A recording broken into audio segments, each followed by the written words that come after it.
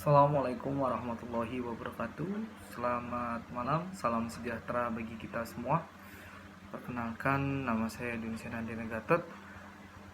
Saya adalah mahasiswa ilmu politik dari Universitas Muhammadiyah Jakarta. Puji syukur kita panjatkan kepada Tuhan Yang Maha Esa, karena berkat rahmat dan hidayahnya lah alhamdulillah kita masih sama-sama diberikan kesehatan untuk dapat beraktivitas seperti biasa di tengah pandemi COVID-19 ini. Salawat bertangkaikan salam, berdaunkan cinta, tak luput pula kita lantunkan atau kita curahkan kepada baginda besar kita Nabi Muhammad SAW, karena berkat rahmat dan hidayahnya, pergerakan beliau, alhamdulillah kita semua sama-sama bisa menikmati nikmat iman, nikmat Islam, dan terbebas dari zaman jahiliyah menuju jalan yang terang benderang ini. Yang terhormat kepada Bapak Dr. Muhammad Nasi selaku dosen kami dari Universitas Muhammadiyah Jakarta yang mengajar di Prodi Ilmu Politik, telah memberikan kami sebagai mahasiswa sebuah tugas, yang mana tugas ini disiapkan atau diperintahkan untuk membangkitkan produktivitas dari mahasiswa di masa pandemi COVID-19 ini. Di sini saya akan membahas tentang proses pembentukan peraturan perundang-undangan. Yang sebagaimana kita ketahui bahwa Indonesia merupakan salah satu negara yang berlandaskan hukum. Kemudian dari hukum tersebut, Indonesia merupakan salah satu negara yang harus menerapkan sistem peraturan perundang-undangan agar senantiasa negara tersebut berjalan dengan seperti apa yang diinginkan. Nah, proses pembentukan perundang-undangan ini biasa kita ketahui bahwa dibentuk berdasarkan hierarki. Nah, jadi dari hierarki hukum ini yang pertama ada peraturan Undang-Undang Dasar tahun 45, terus TAP MPR, keputusan MPR, keputusan peraturan MPR, kemudian keputusan peraturan rancangan perundang-undangan, lalu ada keputusan peraturan presiden, terus ada keputusan peraturan daerah, dan keputusan peraturan yang memang sekiranya diperlukan gitu, dari berbagai instansi yang memiliki wewenang. Nah, kalau misalkan kita lihat di Indonesia ini, yang merancang pembentukan undang-undang ini adalah Dewan Perwakilan Rakyat DPR dan Presiden yang merancang rancangan undang-undang. Bagaimana sih undang-undang itu disusun? Itu kita bisa sebut program dari DPR ini adalah Prolegnas, program legislasi nasional, untuk bisa merancang undang-undang dan mengesahkan. Nah, itu adalah step by stepnya.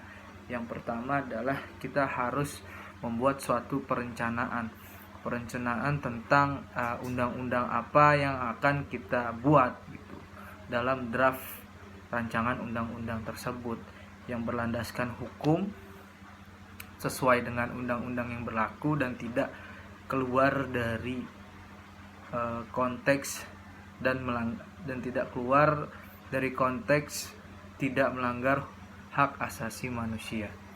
Nah, oleh karenanya perlu adanya perencanaan itu tersebut dari DPR dengan presiden sesuai dengan pembentukan hukum yang tadi, hierarki yang sudah saya jelaskan, ada peraturan daerah, peraturan pemerintah, peraturan presiden, peraturan keputusan perancangan perundang-undangan itu memiliki hak dan wewenangnya masing-masing sesuai dengan fungsionalnya.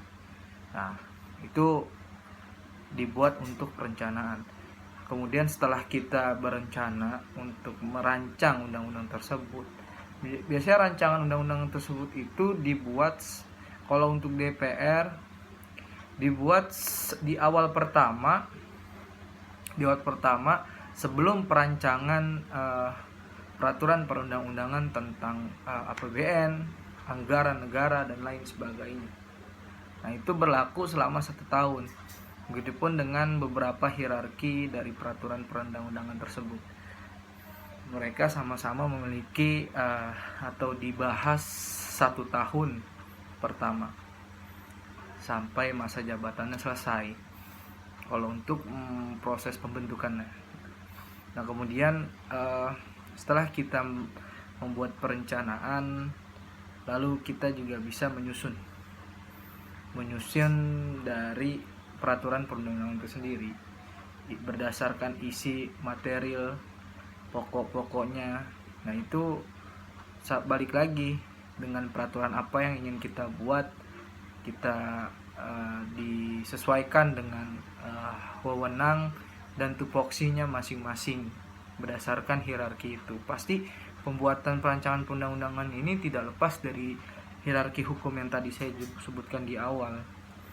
Kita susun perancangan undang-undang tersebut. Nah, kemudian bisa lakukan proses pengkajian kembali. Ketika sudah disusun, dikaji kembali, kemudian dimantapkan lagi secara konsepsinya sesuai dengan pakarnya.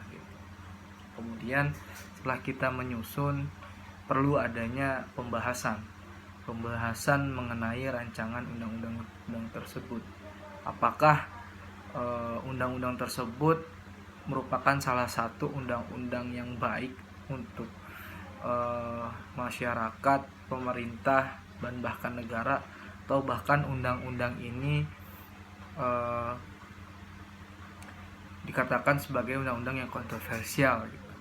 Nah, itu biasanya rancangan undang-undang ini dibahas pada sidang DPR, sidang paripurna DPR, dikaji kembali gitu terkait masalah undang-undang ini. Setelah sudah dibahas, kemudian kita melakukan salah satu pengesahan atau penetapan undang-undang tersebut.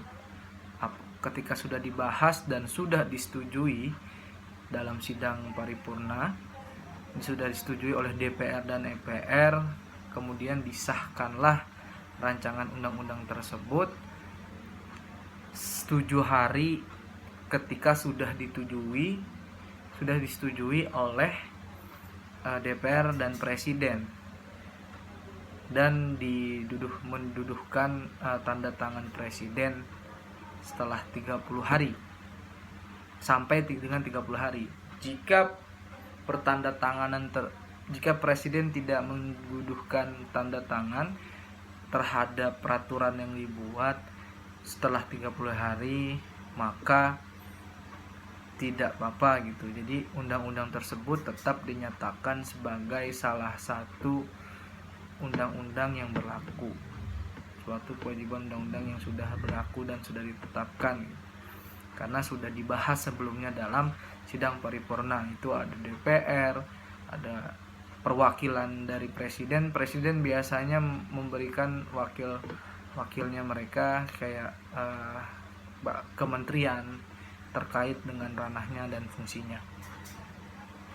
Setelah dibuat penetapan, sudah dibentuk dan sudah disahkan menjadi undang-undang, perlu adanya namanya pengundangan. Pengundangan itu dalam arti agar banyak masyarakat, banyak instansi dan lembaga-lembaga di Indonesia yang mengetahui info bahwa sudah ditetapkannya peraturan perundang-undangan yang baru.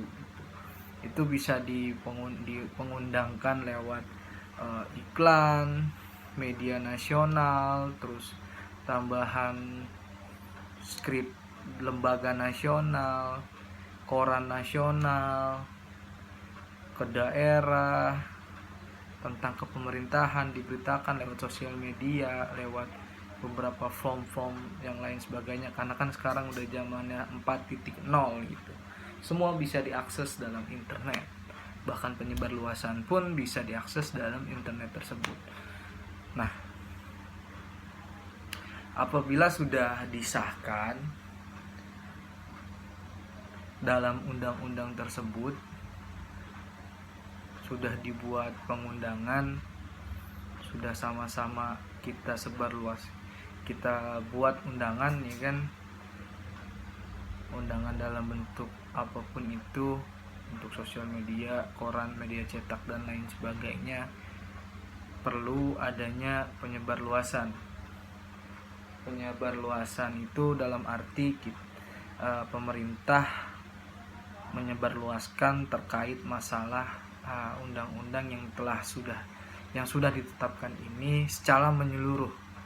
Mungkin pengundangan tersebut hanya bentuk formalnya saja gitu.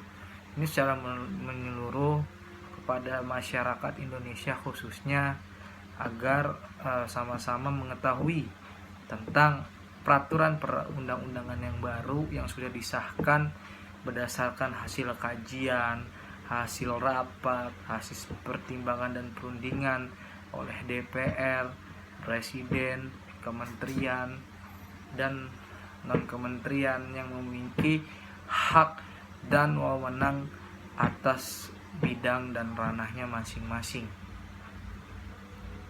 Nah, kalau misalkan tanpa adanya penyebar luasan itu, mungkin tidak semua rakyat dapat mengetahuinya.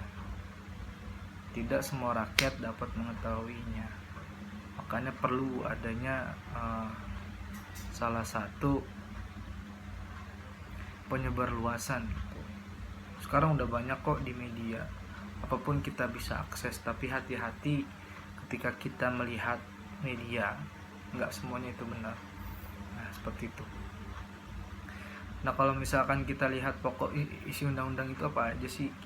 Ya, dalam undang-undang itu ada pembukaan, terus kemudian sambutan, terus pokok-pokok pembahasan, rancangan apa, bahasannya tuh banyak, tergantung nih undang-undang apa yang dikeluarkan.